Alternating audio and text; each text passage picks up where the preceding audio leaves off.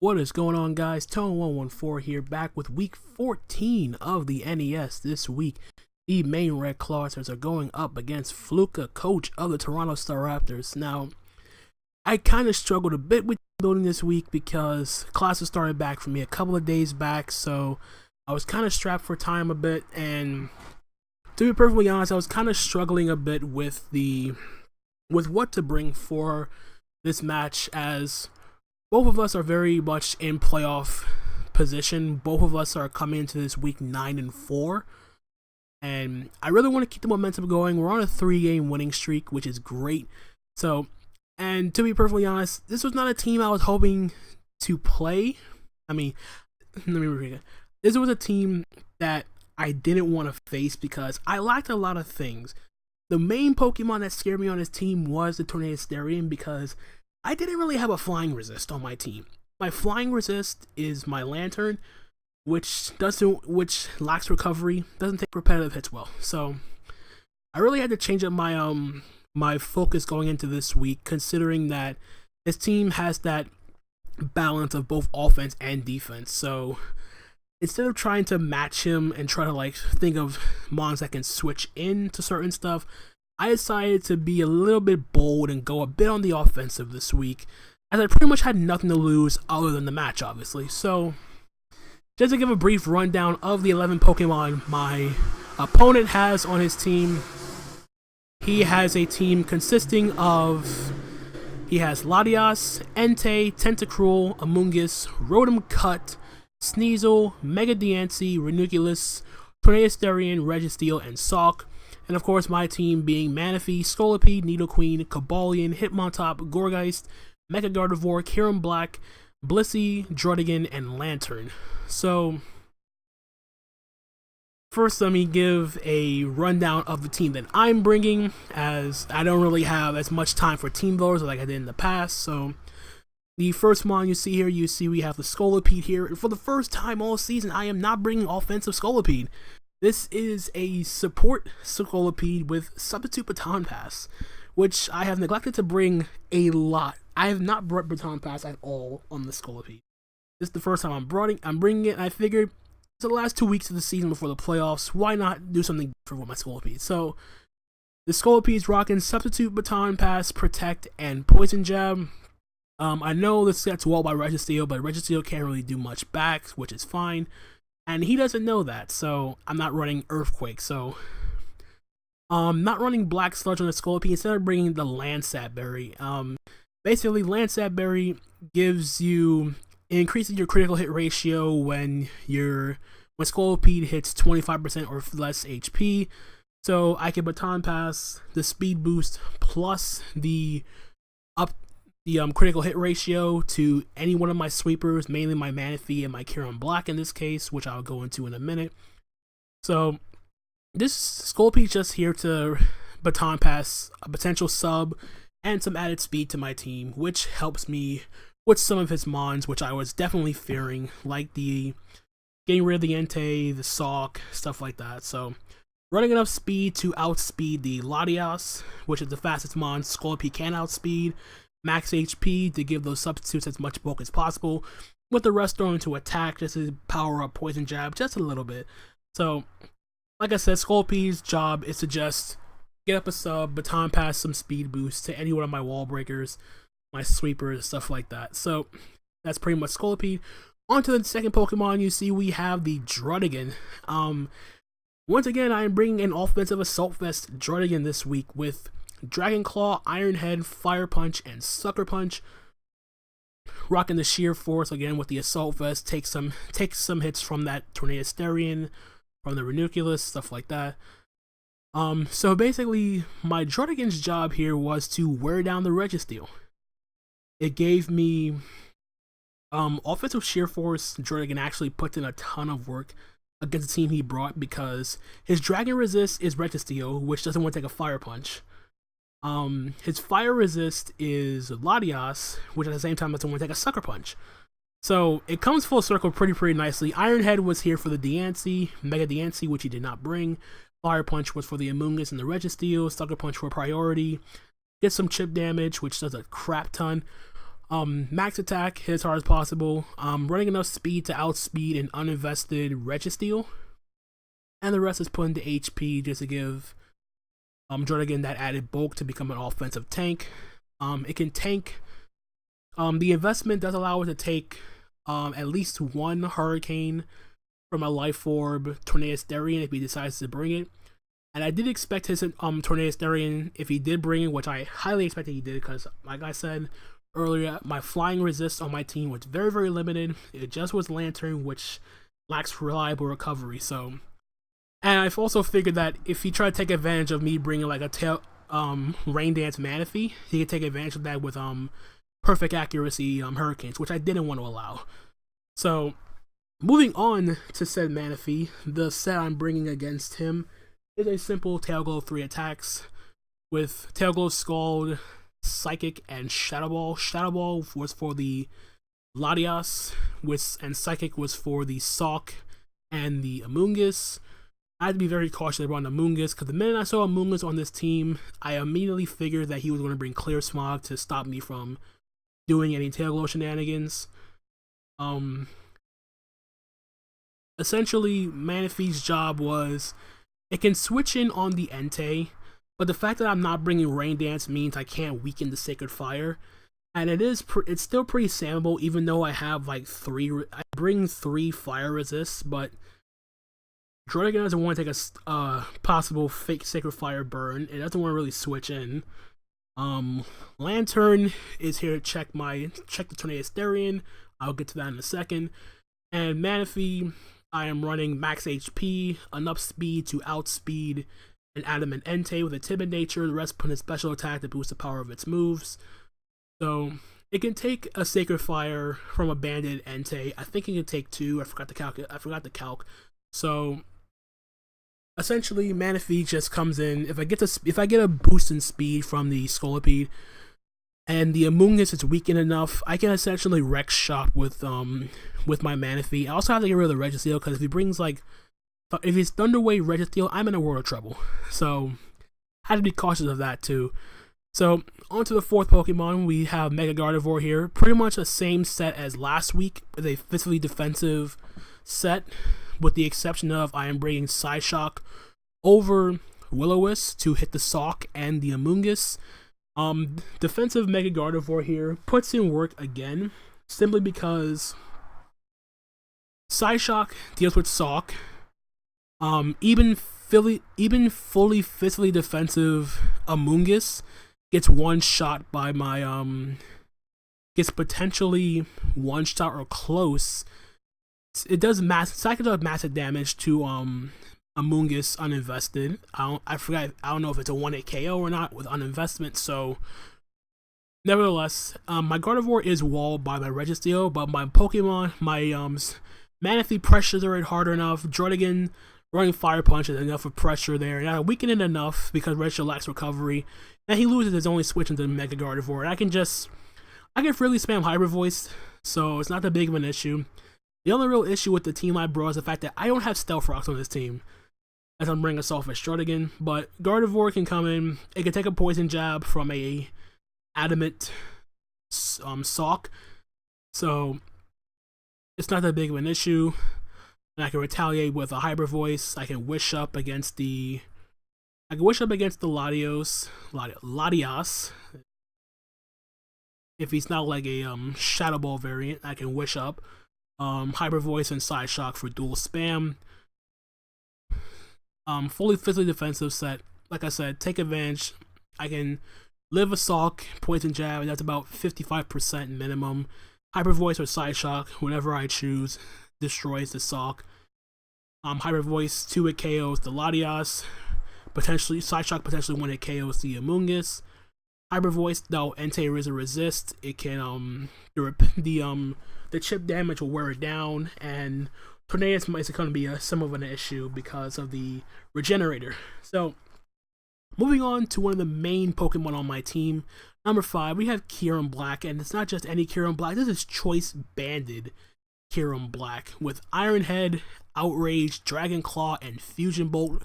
Fusion Bolt hits the Tornadus Darien and the Tentacruel.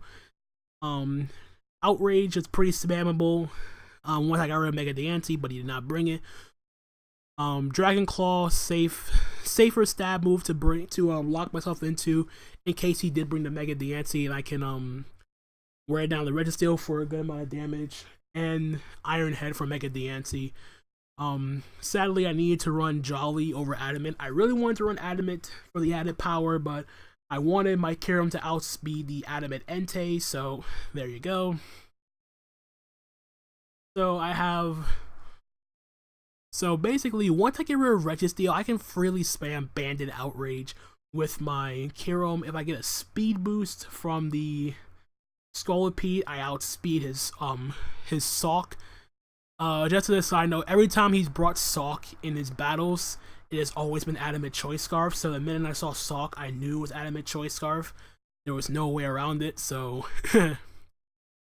not trying to be smart or anything, but it was just an inevitability. It was an inevitability at this point. So Kyurem is the wall breaker of this team. It essentially breaks down everything on his team, even Amoonguss. Even fully physically defensive Amoonguss doesn't want to take a Banded Outrage from my Kyurem. And once I get rid of Registeel, nothing wants to switch into a Banded Kyurem, no matter what. So I was gonna have some fun if I could get that Registeel out of the way. And last but not least, I showed a lot with his last mon. I initially had Blissey for Stealth Rocks. I was gonna bring like a Stealth Rock Calm Mind set, which was gonna be pretty funny to try. But it was pressured too much by by the Sawk. Pressured too much by the Entei, other physical mons, and if he's bringing Clear Smile and Amoonguss, then Calm Mind would have been pointless.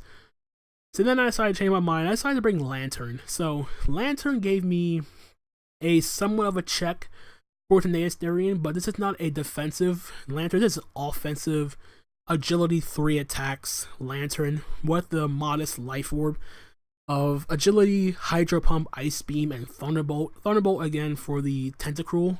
Ice Beam already hits the the Tornadus, and the Latias, and the Amoonguss. Hydro Pump decks the Entei. I'm running enough speed on my Lantern to outspeed a Adamant Scarf Sawk after an agility. Max special attack with the modest nature, hit as hard as possible, and the rest put in the HP to give it that added bulk. While at the same time hitting a life orb number. So I decided offensive agility Lantern was going to be pretty fun to try this week, simply because he's not going to expect my Lantern to be offensive. He's probably just going to expect like a special defensive set to come in on the Tornadus, which he could then U-turn out into the Amoonguss or into the Sawk, just fire off close combat.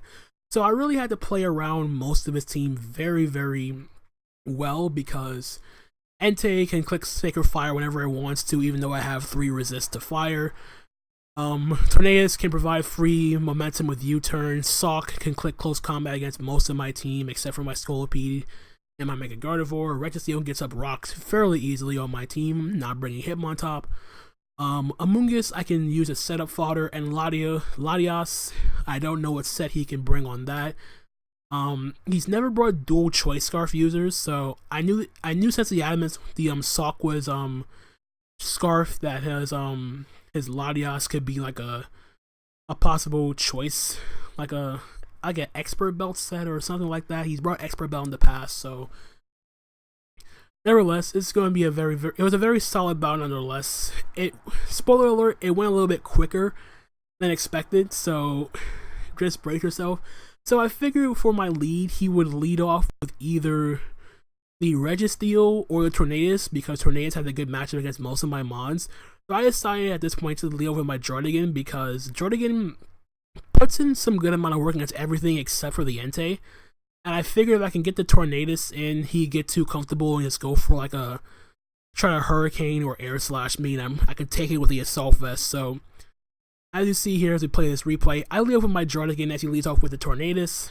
So I'm going to go for a Dragon Claw here. He gets the Hurricane off, does 46%. Luckily I don't get confused. I get my Dragon Claw off, that does 70%. That's a clean 2 KO.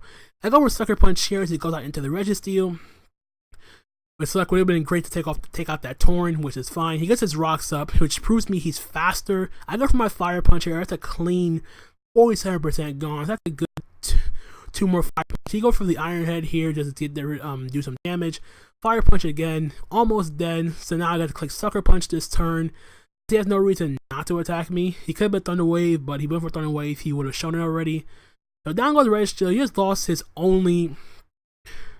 With me taking out the Registeel, 2 things just happened. He loses his main switch into my Gardevoir's Hyper Voice. For 1. Number 2, I can click Bandit Outrage so freely against his team right now, which is going to be so much fun to do. So, in comes the Salk now after the Registeel goes down. Jordan already did his job. It beat the Registeel. That's all I needed Jordan to do this battle. I could have saved it for the Tornadus to get some chip damage off with Sucker Punch, but I figured, nah, it's fine. I'll let my Jordan go down here. It already served its purpose. And so I just go for Sucker Punch here to do some chip damage. And that chip damage is actually helpful because of that Sucker Punch, the Salk is now within range of a modest life orb Hydro Pump from my Lantern, which is great because with Salk out of the way, I don't have to worry about Poison Jab shenanigans from the Gardevoir. And the fact that he's Scarf, in this case, even for Poison Jab, meaning I can freely go out into my Scolipede to get up a substitute.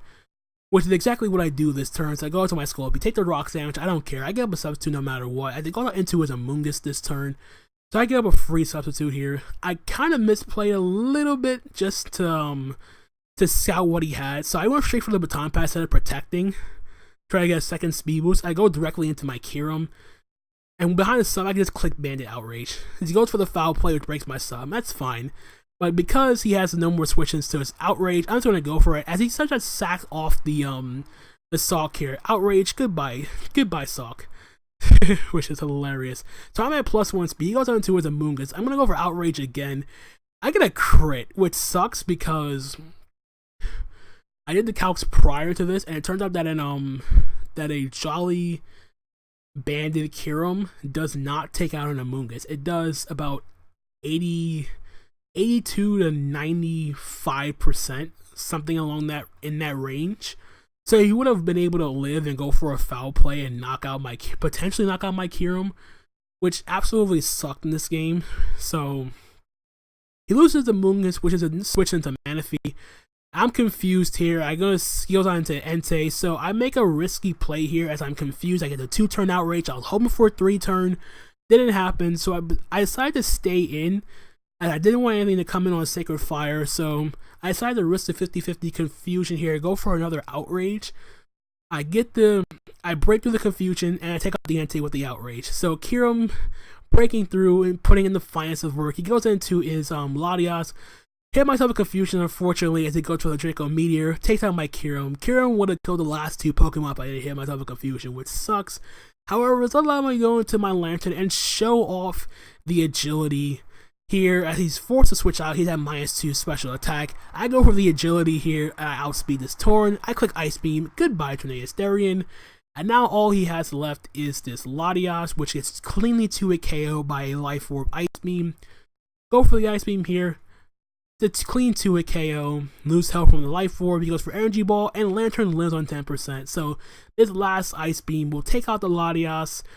Lantern drops, and that is going to be good game. So, despite me losing my Lantern, it's a 3-0 win for us. So, I was I was stressed for time because of other in real life stuff. But I'm really happy with how the team performed. Especially with the Kyurem Black Outrage just decimating through his team. I was really expecting the Mega Diancie to come, and I'm grateful that my Kyurem put in so much work despite the fact that he had some answers to the Kyurem Black, but I was able to break through the confusion there as well. Feel a little bit bad that my Manaphy and the Mega Gardevoir did not see the field, but Jordan, Kyurem Black, and Lantern put in the finest of work, and Scolipede passing that speed boost to the Kyurem to outspeed that Adamant Stalk was amazing. I don't exactly know why he switched Stalk in, as it actually put a ton of work in on my team, but I think he figured from when he saw that I was a utility Scolipede, not an offensive Scolipede, I think he figured that Stalk was kind of expendable, or he thought that I was going to go for like a special attack, hoping he'd live, or something along those lines. Who knows? But nevertheless, we get a 3-0 win. We are 10-4 heading into the last week of the season before the playoffs. We are riding a 4-game winning streak. Differential is now at plus 16, I believe. So, very, very solid season, I feel, for my very first recording YouTube league. And also props to Flooka. He brought a fantastic team. He brought a ton of threats. But I feel as though like I prepared adequately enough despite the time cramp I had to actually prepare in advance. So I'm grateful to see that the sets I came with actually panned out for me in the end. So nonetheless, I can't complain. We have one more week to go before the start of the NES playoffs, and we are going up against the New England Tentacruels in our Week 15 matchup. So feel free to stay tuned for that. I also encourage you to check out Flooka's channel. He also records his league battles, so feel free, show some love to the guy. He's a great person, a great battle. He's actually the reason why I'm even in this league to begin with, so show some love to the guy. So I'll leave this link in the description down below. I'll also leave the link to the NES subreddit, the document, all that good stuff. Feel free to follow me on Twitter. I'll be updating, uploading the my recordings for not only this league. I'm also going to be uploading my Week 3 IBL match pretty soon. And I also have Week 3 of my UBA match, which will be coming up shortly as well. So I hope you guys enjoyed this battle. If you did, feel free to hit that like button. And if you enjoyed my content, then feel free to hit that subscribe button, as your support is greatly appreciated. And I thank you guys for taking time out of your day to watch my videos. This is the last week. We are now coming up on the last week of the season before the playoffs, and I really, really hope to end the season on a high note and head into the playoffs with some much-needed momentum. With the up and down season we had in that mid portion, we are now we're in prime position right now to do some damage in the playoffs. So, I hope you guys enjoyed it. Until the next time, my name is Anthony, aka Tone114, and I'm gonna catch you guys on the flip side. Later.